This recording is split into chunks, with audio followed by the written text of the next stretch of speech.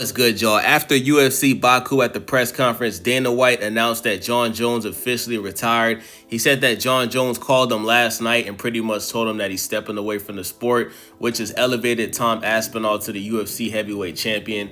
After this, Jon Jones went on his Twitter himself and said, "Today, I'm officially announcing my retirement from the UFC. This decision comes after a lot of reflection. I want to take a moment to express my deepest gratitude for the journey I've experienced over the years.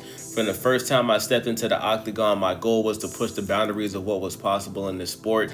Becoming the youngest UFC champion in history, defending my title against some of the best fighters in the world, and sharing unforgettable moments with fans across the globe.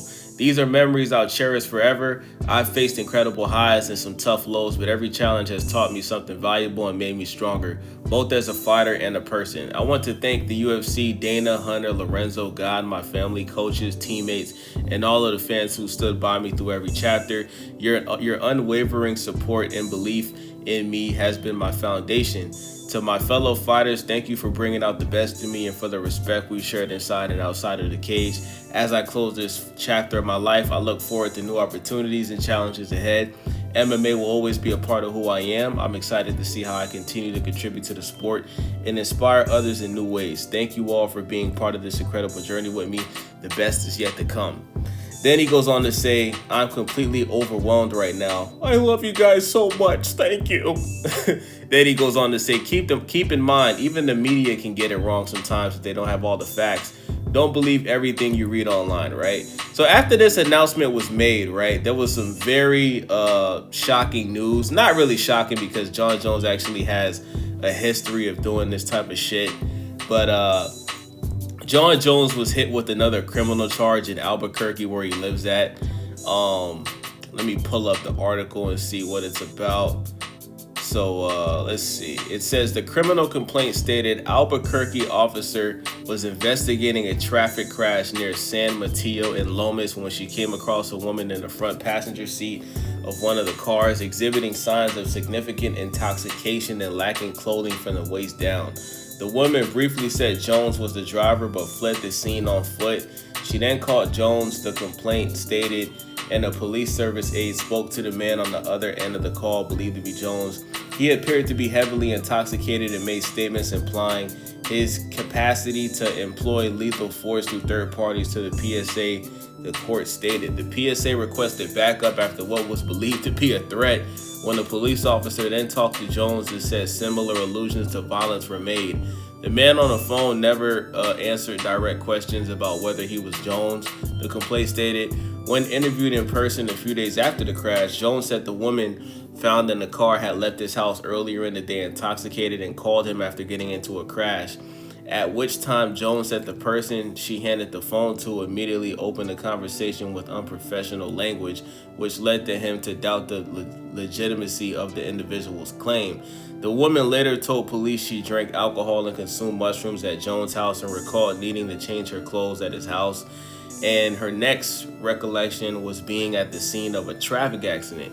She said the last person she remembered driving her car was Jon Jones, the court recorded indicated. Police said Jones called the woman's phone 13 times from the time of the crash until 11:34 a.m. the following morning. That text messages from his phone were included, though could be captured in call detail records. The police report indicated the crash happened February 21st, but also in one place stated an officer conducted the follow-up interview January 24th. It's unclear why the charge against Jones wasn't filed until months after the incident, although there's no indication the charge and the decision to retire are connected, right? So first of all, shout out to Jon Jones. He's had an incredible career. Obviously, he does have some stains on his record. He has that very controversial fight with Dominic Reyes where I feel like Jon Jones lost that fight. I actually saw that fight live, and I definitely think Dominic Reyes won that fight. But it's crazy because after that situation, Dominic Reyes pretty much lost almost every fight after that, right? His most obviously has the fight with DC, right? I think the first fight he tested positive for cocaine, and in the second fight he was on steroids. That's another stain on his record. Two more stains on his record. But most fans still give him all the credit in the world for beating DC, which I think is pretty weird. I mean, he did beat him, but I mean, if the guy's popping dirty, I think those wins should be overturned, right? But hey, it is what it is. So most recently, he beat Stipe Miocic, and he went on record saying that he had no interest in fighting Tom Aspinall, and he wanted to fight Alex Pereira, right? Now, listen, I feel like with Jon Jones pretty much being at the top for 17 years straight, I think Jon Jones has the right to fight who he wants to fight, right? The guy says he wanted to fight Alex Pereira. I'm sure Alex Pereira would be interested in that fight. And he also said that he was interested in fighting Francis Ngannou, right? Francis Ngannou came out and said that he has interest in coming back to the UFC and possibly making that fight happen with Jon Jones.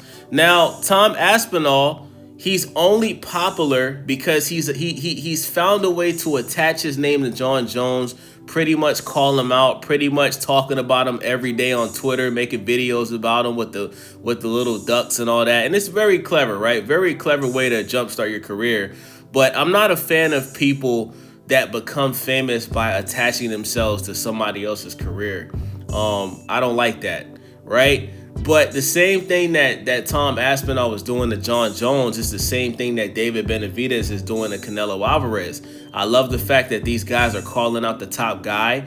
And, I do wish the fight with Jon Jones and Tom would have happened. But at the end of the day, man, Jon Jones is 37 years old.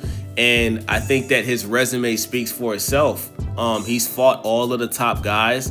And I feel like at 37 years old, he should be able to pick who he wants to fight.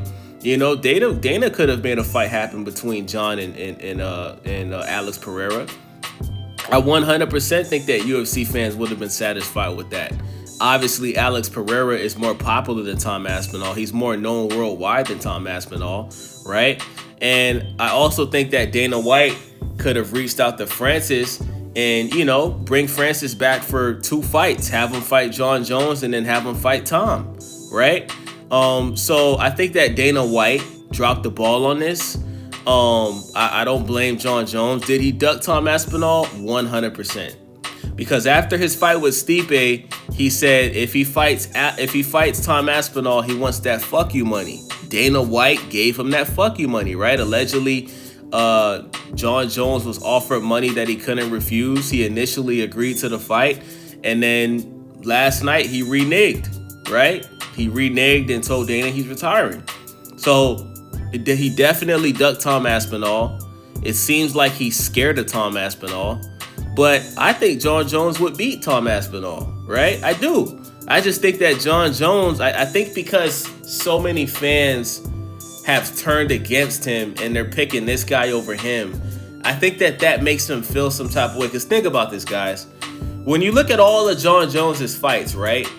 He was pretty much the favorite in most of those fights that he won. The fans were picking Jon Jones to win. Even after Jon Jones popped dirty for cocaine and steroids against Daniel Cormier, he still had the fans on his side.